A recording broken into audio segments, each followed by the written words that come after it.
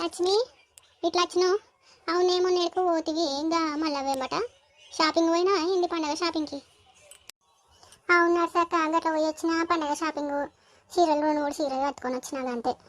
అవునా, పండగ షాపింగ్ పోయినావా? అయితే ఎంత పడ్డాయి ఒక్కొక్క చీర?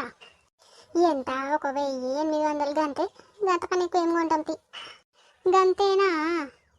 నా ఈ ఒక్కొక్కటి 4,000 ఏమనుకున్నావు? 3 చీరలు 4 చీరలు కొన్నా, లెక్క కూడా లెక్కలేవు. ఏంది 4,000? అవునా, అయితే ఎడ కొన్నావు నర్సక్క? నేనా గదే డబ్బులు ఎవరికి ఊకే రావు, గది అంటారు చూడు గుండు సారు గాల షాపు. అవునా, అంటే లలిత జ్యువెలర్సా? గదే గదే లలిత జ్యువెలర్సో వివసో. ఏ నర్సక్క, బంగారం చీర నీకు 4,000కి ఇచ్చిరా? బంగారం షాపు కదా అది.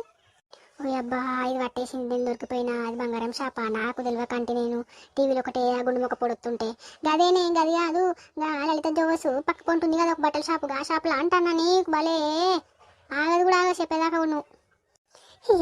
అయ్యో అవునా నర్సక్క, నేను లలిత జ్యువెలర్స్ అంటే బంగారం చీర నీకు బాగా నాతో 4,000కి ఇచ్చిరని నేను అనుకుంటే.